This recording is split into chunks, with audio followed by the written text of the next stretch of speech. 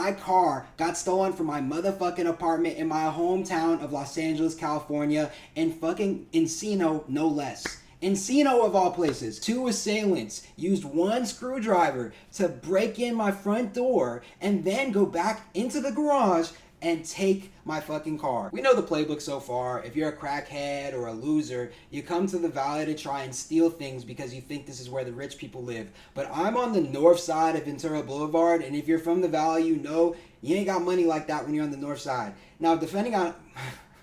you could have money, but if you're on the south side of the boulevard, it's an upper echelon. I'm right at Ventura, so maybe that's why they got me, but I don't got money like that, so I don't know why the fuck you come after me. In LA, they say fake it to make it, and for whatever reason, a lot of people want to fake being a gangbanger, even though you don't have to do that shit anymore. I filed a police report immediately. No one did shit. In fact, I actually found my car already. It's in a goddamn junkyard. Destroyed it. Well, destroyed the car. I'm at a tow yard and they're like, oh yeah, it's totaled. How am I supposed to know they didn't do this to my car?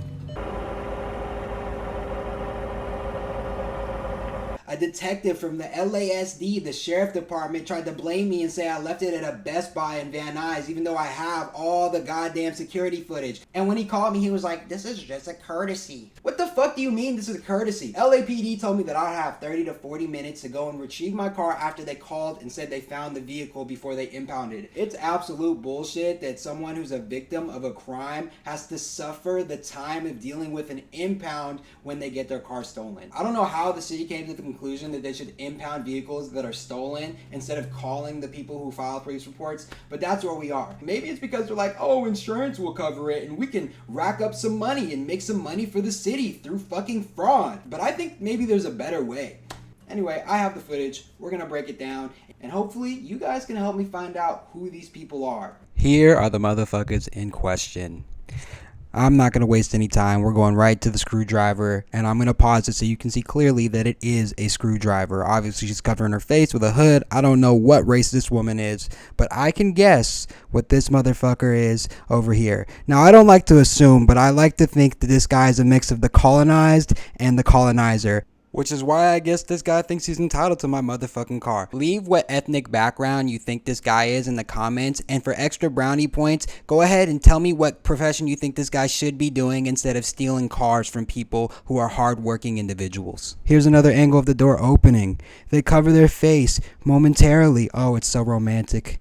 Oh my God, they're so beautiful together. Black and white sweaters together forever. Fuck these guys. They go and they take my car right after this. Now, I'm not gonna lie, seeing these two together gives me flashbacks of my college days back in Montana, where I used to get discounts on groceries from Walmart using Kool-Aid packs. But that's a story for another day. Maybe I've already said enough. I feel a sense of nostalgia here. But I'm the victim now, so I'm very, very pissed that this is the situation. Here's them walking back all the way to the garage. Now, you'll notice something interesting here as they make their way back to the garage. They stop in the middle of the light. They think about their plan. They start to coordinate what they're going to do by splitting up.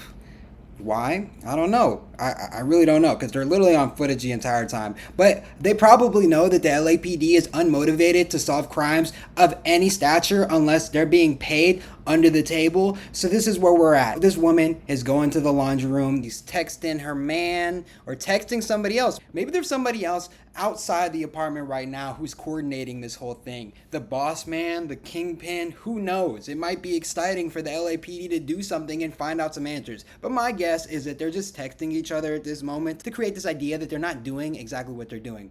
I plugged that printer in recently so that we could have a communal printer in the apartment building that I live in because I care about community. Now this is them walking out from the other angle right into the garage, and they got right to work. As you can see, this guy is looking into every single vehicle. I just happened to be the victim that got done the worst. He's behind this car for a while. I think he got it open so he was able to steal something. He actually popped open the trunk of another vehicle. He's definitely looking to see if he can steal stuff. He does eventually close the trunk of this car. Other cars right here. Another SUV, checking another door. Yeah, there was no stone unturned here. He went everywhere. And this, he has no shame. He's doing this. This is his job. This is his life. Me encanto esto. Okay, let me chill. In my garage, there's like buildings that kind of cover the car. but there's openings in between each alleyway where the cars are separated. The dividers have openings. He crawled under the divider, went over to my car on the other side where there are no cameras, until, of course, he brought my car into the spotlight. There's my car. Here's this motherfucker pulling off. And that sums up the day. That sums up the situation. I woke up that morning. I was so excited. I was about to pay rent. I was actually gonna take my car to. I was gonna take my car to the mechanic that day because my brake pads were fucked up. I was hearing the most terrible noise because you know what, man? I was raised by a single mother. I'm not the biggest car guy, but I know that I have to be responsible with certain things. And I went to go, I was sad. I was about to spend like $1,000 fixing this shit. Then my car was gone. Now I have to spend much more to find a new car, but hey, you know, like it was a bittersweet feeling the day my car was taken. I was about to lose all my money on rent and a mechanic, but I got to keep that shit for a little bit longer until this month. You know, now I have to spend some of my savings. It sucks. Maybe you're disappointed with the way I've conducted myself throughout this video, but I am just so damn livid with how the system has worked against me without even trying. There's been negligence on every single level. It doesn't matter if it's the LAPD, my whole damn apartment building with a security system. I wish there was another way to do this. I wish I had more resources so that I didn't have to spread my transgressions online and hope for the best. I know for a fact that this is a shot in the dark. All I can do is hope and pray that there's empathy out there and that people aren't bothered by my Black and Jewish voice coming together.